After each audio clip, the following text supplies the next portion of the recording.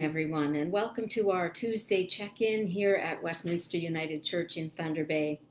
If this is your first time with us, then I'll extend a special welcome to you and hope you can join us again for our other Facebook Live broadcasts. We're here live on our page on Tuesday mornings at 11 for a quick check-in, and Thursdays at 7 p.m. for evening prayer, and Sunday morning at 10 a.m. for a time of prayer and reflection prior to the shared United Church worship service over at Trinity at 10:30. Stay tuned to your worship notes for any updates about what's happening around Westminster. If you want to be on that list and aren't, just let us know. Somehow, phone the church, leave a message, whatever works for you, just let us know in some way if you want to be on that email list. The board meets this Thursday evening following evening prayer. We start at 7:30. The Zoom information should be in your inbox. So if you can tell by my book display behind me, today I'm going to talk about a few books I'm reading. So back in March, you might recall, or not, that when the lockdown began, I was having a lot of trouble reading. I was having trouble focusing on reading, couldn't get into any kind of my usual sorts of reading. I couldn't focus, couldn't recall the story when I went back to it the next day. I saw that referred to as COVID brain. Who knows? There was just a lot going on. And I just couldn't retain a lot. And I also found I needed to read happy things, which isn't surprising given the situation that we've all been in. So in a broader sense, I just wasn't into my reading life the way I normally was. So what began to appeal to me were the kinds of books where people that wouldn't normally make up a family become family by their situation and by their choices, and just the most unlikely characters would get together and support one another and help each other through a difficult time. So now, in hindsight, it's not surprising that those sorts of books were meaningful for me and were books that I could process and enjoy. So I wanted to tell you about a couple of books that fall into that category, and then another book that's kind of more typical of what I've been enjoying, meaning that my reading life has kind of come full circle and is a little closer to what it typically has been. Nonetheless, I have loved the books I've read that have that theme of people coming together. So one of them is, because I have ebooks, I've printed some copies. So one of them is called The Authenticity Project by Claire Pooley. And this is just a lovely story about friends who found each other by way of a simple notebook. The gentleman who started the project invited whoever found the book next to write something in the book that was 100% authentic for them, and something they probably wouldn't tell the people around them. No one signed their full name and identifying information, so it was anonymous. So each person in the book had that opportunity to be fully authentic, to tell complete strangers something about themselves in anonymity until it was no longer anonymous. And that's part of the story. The people who take part discover as much about themselves as they do about the other people who write in the notebook.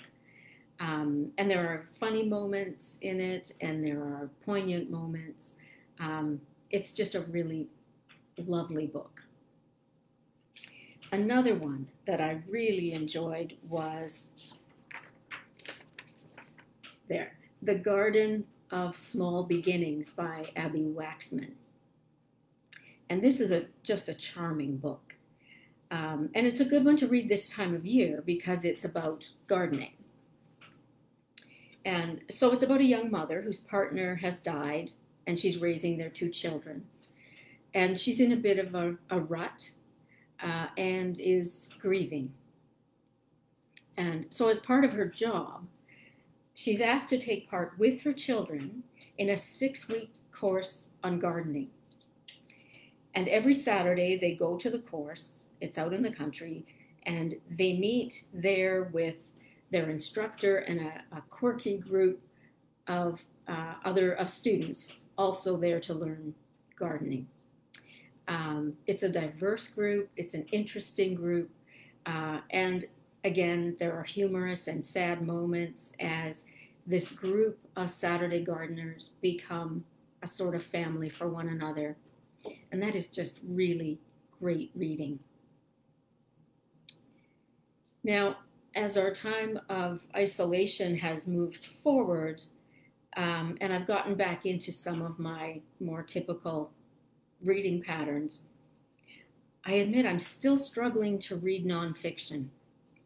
I am, however, starting this one. It's called Women Rowing North by Mary Pipher. You might remember her from a book she wrote many, many years ago called Raising Ophelia, about the lives of teenage women. This one is aimed at women my age and in my season of life. And I've only started it, and I'm only on to, I think, chapter 3, but it's quite good. It's not a book I will read in one sitting. Some of it's a bit technical to her specialization in psychology, but the book is good. It's worth looking at. But this one, Songs for the End of the World by Salima Nawaz. This one blew me away. She's a Canadian author. She wrote another book called Bone and Bread, which is excellent. I read that one and really enjoyed it. Now, Songs for the End of the World is not due for general release until August 25th for a physical copy of it, but I managed to get it on my Kobo reader in April. Not sure why. Perhaps they had an early release for the digital version. I don't know. But if you read this book, read the author's notes at the end. She began researching for this novel in 2012. And you'll see why that's remarkable when I tell you what the book's about. The story is about a novel coronavirus taking hold in New York City and moving to all parts of the world. The virus is respiratory, and it's shared in all the same ways as COVID-19. It starts with a very small group of people, spreads beyond that group through aerosol droplets and on surfaces which haven't been properly cleaned. To say this book is uncanny in its similarities to what we're actually living through right now doesn't quite cover how eerie it is to read it. It's all in there. The voluntary and mandatory isolation, the crowded hospitals, the worry, the resource hoarding, it's all in this book. The story follows a group of people through the summer of 2020 when the virus hits. I told you, uncanny. And it brings back in the backstories of each of the characters and how they're connected to one another. It's well written.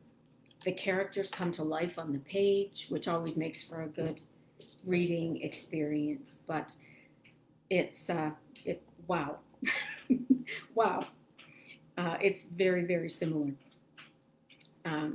to what we've been living through. Oh, and one other. This one I read in a day. It's called The Last Flight by Julie Clark. And if you like a suspense novel, that's a great book I really, really enjoyed that one. It's a page turner, and it's one of those books you'll stay up far too late reading.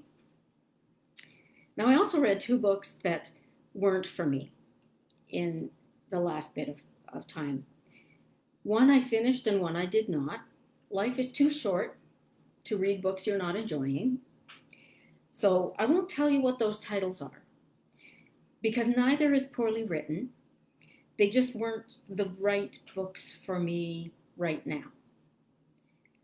I've actually had books that I've put aside and not finished because at the time I just couldn't. I wasn't enjoying it. I wasn't engaged. I wasn't paying attention anymore. And then what's happened is I've picked them up again later and wondered why I ever put it down. So I won't name the books that didn't work for me recently because they might just work beautifully for you. So if you'd like to share any books you've been reading this summer, feel free to do so in the comments. You're welcome to do that. And I hope you are enjoying these days of summer and that you and yours are keeping well. And if you're wondering where the cats are, so am I. They always show up on Tuesday mornings to come and play with the flowers. And they just about always show up. And I thought for sure with something new behind me, they would come and join me. But they are, they're chasing each other and playing. That's why they're not here. Okay, that's it for me. So we'll see you back here on Thursday evening, 7 p.m. For a time of evening prayer together. And until then, be safe, be well, be kind, and happy reading.